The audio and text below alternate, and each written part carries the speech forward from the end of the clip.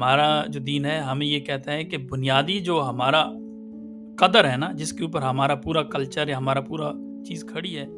मतलब ये साइकोलॉजिकल जो एक लिटरेचर में भी डेवलपमेंट हुई है कि इस चीज़ को आपने एक डिजीज नहीं कहना, ऑल्दो मतलब आज तक अगर आप 30 इयर्स पहले की किताबें उठा लें तो उसमें इसको डिजीज ही समझा जाता था, और उस जनरल डिस्फोरिया को वो कोशिश करते थे किसी तरीके से एड्रेस करते हैं। देखिए एक कॉन्सेप्ट है इंटरसेक्स का, कि नेचुरली बायोलॉजिकली कुछ प्रॉब्लम्स हैं, और वो जिसको हम मुखन्नस कहते हैं उर्दू में, ठीक है, दैट इज समथिंग डिफरेंट। बाकी जो जो जो जो यहाँ पे आइडेंटिटी है कि मैं मेल हूँ और मैं फील कर रहा हूँ कि मैं एक फीमेल की बॉडी में पैदा हो गया हूँ, ये डिफरेंट, एक कंप्लीटली डिफरेंट चीज़ है, इसका कोई बायोलॉजिकल बेसिस नहीं है। मतलब वो डिबेट ये रही नहीं है कि बायोलॉजी, वो कहते हैं it's a psychological thing, not a biological thing. Mainly उन्होंने उसको एक नफ्सियाती मसला बना दिया है कि दुनिया को ट्रैक देखने चेंज का हुआ एक है ना। नजरिया है। किसी कहते हैं मुझे चॉकलेट पसंद है, मैं I am a chocolate person, तो मैं चॉकलेट खाऊंगा, तो मतलब उसका मेरी बायोलॉजी से ये लेना देना नहीं है, मेरी ख्वाहिश है। वो जिसे कहते हैं ख्वाहिश के ऊपर उन्होंने इसको बेस कर दिया। इसको जिस तरीके से क्या आप क्या कह सकते हैं प्रोपगेट किया गया था, एक यूएस में थे डॉक्टर मनी, उनका बड़ा मशहूर केस है रीमर ट्विंस का, जो लोग लिटरेचर से वाकिफ है उनके लिए इम्पोर्टेंट हो शायद। उन्होंने मतलब वहाँ पे एक बच्चा था जिसके साथ कोई ऑपरेशन के वक्त प्रॉब्लम हो गया था एक्चुअली, और उसका जो था वो जो पार्ट्स थे वो उनको रिमूव करना पड़ गया। तो उन्होंने उसके ऊपर सबसे पहले, वो ट्विंस थे, मतलब दूसरा एक जो था वो नॉर्मल था, एक केस था बेचारे के साथ प्रॉब्लम हो गया, और उन्होंने उसके ऊपर क्या किया, उस बच्चे को एक्सपेरिमेंटेशन शुरू की। उनको तो एक क्लासिकल केस मिल गया, उनका ये थ्योरी थी कि ठीक है ये इट्स नॉट बायोलॉजिकल, बायोलॉजिकली तो वो मेल पैदा हुआ था लेट से, और वो उसके बाद उसका प्रॉब्लम हो गया तो वो फीमेल, तो उन्होंने कहा हम इसको फीमेल बनाए, तो उन्होंने उसको फीमेल वाली वो मेडिकेशन देना शुरू कर दिया, ऐसा ऐसा, उसके कपड़े भी उस तरीके से बनाना शुरू कर दिया, उसको उसी तरीके से ड्रेस भी करना शुरू कर दिया, और वो मतलब उसको वो एक पोस्टर चाइल्ड बने कि देखें जी बायोलॉजिकली तो ये मेल था, इसका तो एक्सीडेंट हुआ और उसका पार्ट रिमूव करना पड़ गया ड्यू टू सम रीजन, और हमने इसको ये देख के सोशल कंडीशनिंग की, इसके पेरेंट्स ने भी बड़ा ओपनली किया, और उस बच्चे को उन्होंने वो बना दिया, गर्ल बना दिया। अब वो एक सर्टेन टाइम के बाद जाकर हुआ, पता ये चला, मैं उसके डिटेल में नहीं जा रहा था, वो एक स्पेसिफिक केस हो जाएगा, लेकिन बड़ा इंपॉर्टेंट केस है। वो बंदे ने बाद में खुदकुशी की, बिकॉज उसने कहा कि मेरे साथ बड़ा जुल्म और ज्यादती की गई, मैं ये नहीं बनना चाहता था। मतलब उसने छोटी छोटी बातें की जो शायद हमें बहुत छोटी सी लगी, लेकिन एक्चुअली वो बहुत डीपली रूटेड होती हैं। For example he wanted to pee while standing up, ठीक है, तो वो उसके अंदर ये एक डिजायर थी, नेट से उसके बाद कहते हैं यू आर अ गर्ल तो आपको बैठ के करना है, इसलिए कैसे उसको वो किया जाता था। वो उस ऐसा ऐसा वो बेचारा एक एडोलेसेंस की टीन एज में था, तो वो मतलब it was too much for him to take this thing, और उसके बाद वो डॉक्टर्स ने भी उसको वो डिसऑन करना शुरू कर दिया टुवर्ड्स द एंड जाके। लेकिन शुरू में वो एक पोस्टर बॉय रहा है, अगर आप तारीख पढ़ें 2000s के अंदर, the first decade of it, उसको मतलब उसको बड़ी इज्जत मिली, और एक जनाब देखें ये भी होता है, उन्होंने एक तरह का एक सबूत था कि हमें एविडेंस मिल वो गया तो है, साइंटिफिकली मिल गया है। उनको जी अपनी जी कामयाबी नजर आ रही थी उसमें कि हमने हाँ जी, इंसान को उनको किस अपनी तरह जो है कामयाबी मिली। तो पहले तो एक थ्योरी में एक चीज थी, फिर वो एक प्रैक्टिकली एक चीज आ गई, और उसको उन्होंने बहुत ज्यादा प्रोपोगेट किया, लेकिन वो ये नहीं बताते कि उस बच्चे का अंजाम क्या हुआ। वो इतना एंग्जाइटी, इतने उसका शिकार हो, उसने खुदकुशी की। तो मैं कह रहा था कि जो सोसाइटी का स्ट्रक्चर होता है वो आपको जो ऑर्डर होता है वो आपको एंग्जाइटी से बचाता है, क्योंकि इंसान को जब अपने लिमिट्स का पता ना चल रहा होता है, इंसान परेशान भी हो जाता है, because he doesn't have a structure to navigate the world. अगर आपको अल्फाज का एक चुनाव करने के लिए आपको सेंटेंस स्ट्रक्चर का नहीं पता, तो आप कैसे बात करेंगे, आपसे बात नहीं हो पाएगी। इसी तरीके से इंसान मेन को भी मेन जो अपनी आप कह रहे लाइफ हैं वो को, ये कह रहे हैं कि भाई जो मुआशरा होता है जो आपकी फैमिली होती है, वो रोल प्ले करती है आपको डेवलप करने में स्पिरिचुअली और साइकोलॉजिकली जो है ना वो आपको डेवलप करती है। ये सिर्फ जिस्मानी तौर पर ग्रो करते हैं, बल्कि आपके जो दूसरे एस्पेक्ट्स हैं उनमें भी उनका काफ़ी इफ़ेक्ट होता है। तो इस तरीके से इन्वायरमेंट का कहा गया है ना कि अच्छा इन्वायरमेंट पैदा करें, घर का माहौल ठीक करें। मैं आहद भाई के पास जाने से पहले थोड़ा-सा इसको कंक्लूड करूँगा, जो हमारा असल में बेसिक सवाल था कि क्या ये कोई नई बात है या ये पहले भी था? तो उसमें जिस तरह डॉक्टर साहब ने भी तवज्जो दी कुरान की तरफ, और अगर आप हिस्ट्री ऑफ लाइफ भी देखें तो उसमें ये है कि it's not a new issue है असल में ना। ये इंसानों का आज का मसला नहीं है, ठीक है? हमने इसको जदीद दौर के तकाज़ों में देखना है कि अब इस वक़्त हमारे पास इसके लिए क्या सॉल्यूशंस हैं। लेकिन ये एक पुराना मसला है। मैं खुद गाँव में पैदा हुआ हूँ, ठीक है? और मैंने गाँव का माहौल देखा है। और मैं जानता हूँ कि ये मसला वहाँ पे भी मौजूद है। उसको ये है कि उसको हाइलाइट नहीं किया जाता, उसको उस तरीके से कैनवास पे पेश नहीं किया जाता, लेकिन ये प्रॉब्लम मौजूद है। जब हम इस प्रॉब्लम को समझ रहे हैं कि ये प्रॉब्लम हमारे माशरों में भी मौजूद है, ठीक है? तो हमने ये देखना है कि इसका हल इज्तिमाई तौर पे हम इस जदीद दौर में किस तरह निकालेंगे।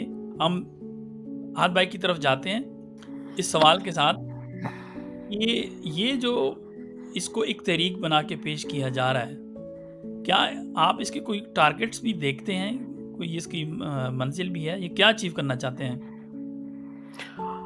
अच्छा, मैं थोड़ा-सा पिछले सवाल के जवाब की तरफ भी दोबारा आ जाऊँ कि एक चीज़ जो हम इसमें मिसिंग या हमें उस दूसरे लेंस से देखना पड़ेगा। ये मसला पुराना है, मगर इसके प्रोग्रेशन या उसके एस्पेक्ट्स नहीं हैं। पुराने से मुराद ये है कि सबसे पहले जो इसकी स्टार्टिंग थी वो ये थी कि आपने एक दफ़ा सेक्सुअल फ्रीडम एक्सप्लोर करना शुरू की, तो ह्यूमन माइंड जो है ना वो काफ़ी अडैप्टिव होता है। जब आपने सेक्सुअल फ्रीडम एक्सप्लोर करना शुरू की तो आपको जो नॉर्म स्ट्रेट पीपल हैं, वो आपको अजीब लगने लगे क्योंकि आप एक दफ़ा उससे आज़ाद हो गए थोड़े से। फिर आप एल और जी की तरफ आए। जब आपने एल और जी को बहुत ज़्यादा एक्सप्लोर कर लिया, आप वहाँ से डिसेंसिटाइज़ हो गए। जब आपने एलओजी को ये जानते हुए कौम लूत का भी अगर आप पढ़े ना तो आपको अंदाजा होगा कि उनके यहाँ भी फैमिली सिस्टम का कॉन्सेप्ट मौजूद था, मगर वो लोग डिसेंसिटाइज हो चुके थे क्योंकि सेक्सुअल फ्रीडम बहुत ज्यादा हो गई थी। तो उन्होंने इंसान की ये ख्वाहिश है कि एंटरटेनमेंट के नए नए तरीके ढूंढे। जब आप एल और जी से भी पास हो गए तो आपने ये एलजीबीटीक्यू बनाना शुरू कर दिया। मगर इसमें सबसे बड़ा इशू ये था कि पहले और आज में ये फर्क है। पहले लॉजिक को डिनाई नहीं किया जा रहा था, अब लॉजिक डिनाई हो चुकी है। इंसान की जो सोचने की सलाहियत है उसको सख्त कर दिया गया है। अभी वो डॉक्टर फातिमा जो है वो भी डीएसएम के बारे में बता देते हैं। डीएसएम 5 में जेंडर डिस्फोरिया अभी भी लिखा हुआ है एज अ डिजीज, मगर उसके बावजूद उन्होंने साथ एहतियातन लिख दिया कि मगर जिसको आइडेंटिटी क्राइसिस हो रही है जरूरी नहीं वो इसे सफर करो, मतलब उन्होंने एक सेफ साइड लेने की कोशिश की। अब मसला सिर्फ ये हो गया सोसाइटी के अंदर जो प्रोग्रेशन उनकी पहले डिसेंसिटाइज किया सेक्सुअली, फिर उसके बाद फैमिली सिस्टम का इनकार हो गया कि फैमिली सिस्टम लॉजिकली नहीं है। अब बेसिक लॉजिक भी खराब हो चुकी है। उसकी मिसाल मैं आपको ये देता हूँ, एलजीबीटीक्यू में आप लोगों को पता होगा कि वाइडली नोन है टी ट्रांसजेंडर है। अब टी ट्रांसजेंडर भी नहीं रहा, अब टी ट्रांस रेशियल भी हो चुका है। अब white person can claim he is a black person, a black person can claim he is a white person. बात याद आपको इतना ज्यादा, मैं इसकी मिसाल इसलिए दे रहा हूँ क्योंकि आपका जो अगला सवाल आपने किया वो इससे बिल्कुल लिंक है कि हाँ इसके टारगेट्स क्या है या हम अपने लोगों को या इस ओवरऑल जो सेमिनार है इसके मकसद में शामिल हो सकता है कि लॉजिक को ही लॉजिक से डिफीट करना पड़ेगा। उन लोगों ने लोगों के दरमियान ये डिजीज फैला दी कि लॉजिक नाम की अब कोई चीज ही नहीं है, सेक्सुअली खास तौर पे जो कि फोकस है सबका, वरना इन जनरल भी। आपको पता है आप अगर टिकटॉक वगैरह पे जाके देखें तो लोग इस पे क्वेश्चन कर रहे हैं व्हाई 2+2 इज 4। लिटरली ये सवाल है कि व्हाई 2+2 इज 4। फ्रीडम होनी चाहिए इन एनी पैरेलल यूनिवर्स, यानी कि बड़े बड़े अल्फाज के दरमियान में बस डाल दो in any parallel universe of freedom के तौर पर 2+2 5 भी हो सकता है, तो 2+2 को 4 कहना आपकी फ्रीडम के खिलाफ है। ये लिटरली इस तरह की वीडियोस डाल दी है। तो लॉजिक इन्होंने इतनी ज्यादा खराब कर दी है कि वो डीएसएम 5 में जेंडर डिस्फोरिया का लफ्ज था, मगर अब उसको भी हटा दिया जाएगा कि बस आपने हर बंदे को इतनी फ्रीडम दे दो, चाहे माशरा डम हो रहा है। और बहुत सारे लोग इससे एग्री भी करते हैं कि डम हो रहा है तो होने दो, क्योंकि इससे क्या होगा, पॉपुलेशन खत्म हो गया आपकी, सब कुछ होगा, हम वैसे ओवर पॉपुलेशन का शिकार हो रहे हैं। तो मसला पुराना है। इन समरी एक्सपेक्ट बहुत डेंजरस हो चुका है लॉजिक वाला। आपने पहले फैमिली सिस्टम तो खत्म कर दिया, फिर आपने कह दिया वो लोग अलग रह जिन्हें फैमिली से कोई लेना देने कोई मसला नहीं, वो अलग रह ले, हम बाकी लोग पॉपुलेशन को देख लेंगे या अपने नॉर्म्स को देख लेंगे। मगर अब जब लॉजिक आपने खराब कर दी ना, लॉजिक सबसे ज्यादा मेंटल डिसऑर्डर्स को जन्म देती है। उसकी वजह ये है कि आपके अंदर एक फितरत है, फितरत को आप मुसलसल डिनाई किए जा रहे हैं, और जब इनका आपस में क्लैश हो जा रहा है तो आप मेंटल डिसऑर्डर का शिकार हो जा रहे हैं। टारगेट्स के बारे में आप क्या कहेंगे? मैं पर्सनल लेवल पे नहीं समझ पा रहा कि मैंने जो शुरू में बात की थी कि 2 लेयर्स हैं। सेकंड लेयर तो हमारे सामने बहुत ऑब्वियस है, जो कि पिछले 10 सालों में बहुत आया हो गया। हर बंदा माइक पकड़ के शुरू हो जाता है कि ये सही है, गलत है, जो भी है, और मुझे फ्रीडम होनी चाहिए, होना चाहिए, एलजीबीटीक्यूआई हो गया, सब कुछ हो गया। जो फर्स्ट लेयर है मुझे उसकी समझ नहीं आ रहा। मेरे ख्याल में जो टारगेट्स है ना वो उनकी तरफ से है। मुझे पर्सनली लगता है कि टारगेट जो है ना वो सबसे, जो मेरा अपना पर्सनल है कि टारगेट ये है कि सारी पॉपुलेशन को कंट्रोल करना है, इन अ सेंस कि वो डम हो जाए। जब आप एक लेवल पे डम करके ले आएंगे पूरी पॉपुलेशन को, उसके बाद उनके लिए कंट्रोल करना ज्यादा आसान होता है। वो इस टारगेट को कर रहे हैं। मैं ऐसा करते हैं, थोड़ा जो सवालात आ रहे हैं फेसबुक से उनको देख लेते हैं, जो कमेंट्स आ रहे हैं उनको देख लेते हैं। नाम नहीं आ रहे कुछ लोगों के।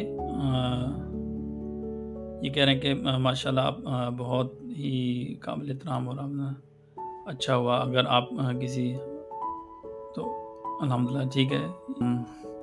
दूसरे कह रहे हैं कि जो कुरान में लूत का जो है ना ज़िक्र है, तो अम, एक सवाल आया है उमर भाई आपसे कि भई वो जो आप स्टोरी बता रहे हैं ना उसका रेफ़रेंस भी दे देना।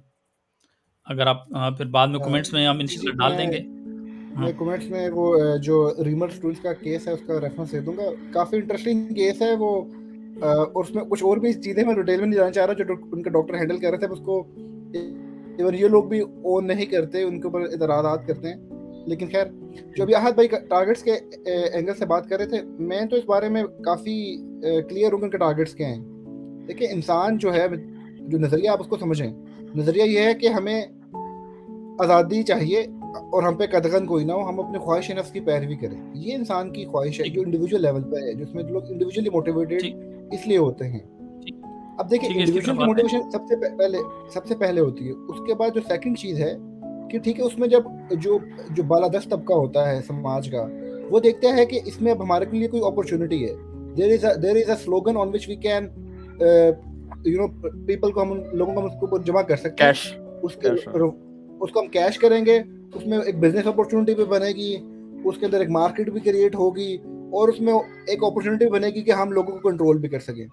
लेकिन आप में देखना कि चीज़ ओरिजिनेट कहाँ से हो रही है, ओरिजिनेट वो इंसान के नफ्स से हो रही है, वहाँ पे हमने रोक लगानी है। अल्लाह ने वहाँ पे रोक लगाने का हमें कहा है कि आप अपने ख्वाहिश नफ्स जो है उसकी आपने इत्तबा नहीं करनी, क्योंकि बिल्कुल, यही तो सारा का सारा मसला है कि अगर मेरी ख्वाहिश नफ्स को अव्वलियत हासिल है, अगर मैं उसको सरेंडर नहीं कर रहा। और मेरा ख्याल है कि अगर दावत के एंगल से आप देखें, तो मैं समझता हूँ ये एक बड़ा अच्छा पॉइंट है एलजीबीटीक्यू वाला, क्योंकि क्रिश्चियंस जो थे, जो बड़े कूल बन गए थे इन द सेंस कि हम ठीक है जी, बाइबल को नहीं मानते, जो जो दिल चाहता जो करे। अब उनके लिए भी एक चीज़ बड़ी क्वेश्चनिंग हो गई है कि अच्छा, फिर हम कैसे अपनी वैल्यू सिस्टम ड्राइव करेंगे? अगर हम वैल्यू सिस्टम ये सेकुलरिज्म के पीछे पड़ जाते, हम रिलीजन को वैल्यू सिस्टम में नहीं लेकर आते, फिर there is no boundary, you can not draw a boundary. देखिए, अभी एलजीबीटीक्यू तक बात है, आगे कल को वो कहेंगे कि जनाब ये मतलब अभी ऑलरेडी कह भी रहे हैं कुछ लोग उसमें कि हम जानवरों को भी इसमें शामिल करें, किस बंदे को जानवर के ज़ूफेलिया उसे कहते हैं, या जो बिल्कुल। बच्चों से मोहब्बत है, बिल्कुल। ये पीडोफिलिया, बड़ी उसको भी बड़ा इसमें शामिल ज़बरदस्त किया जा रहा है। बड़ा ज़बरदस्त जी, कमेंट जी, आया जी, ये मैं शेयर करता हूँ, थोड़ा लंबा है।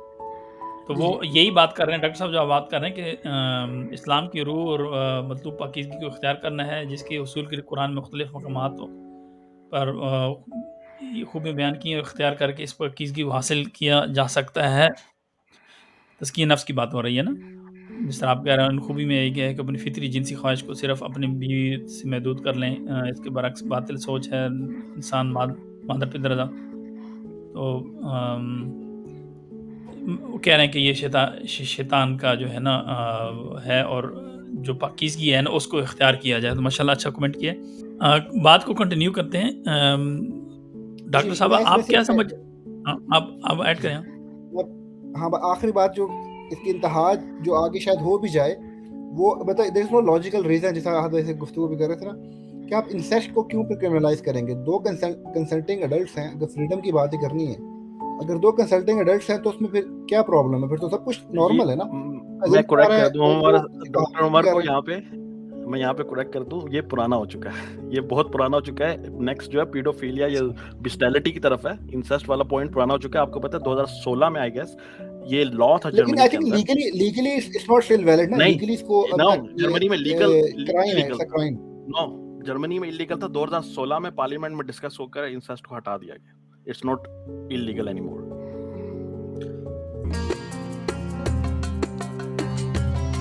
इसके नज़रियाती जवाब भी मौजूद है, हमारे पास प्रैक्टिकल भी मौजूद है। हमने सिर्फ़ इसको डिस्कस करना है और अल्लाह ताला ने हमें अपने दीन से जुड़ने का एक मौका दिया है कि हम दोबारा इसको रिवाइव करें अपने सोच।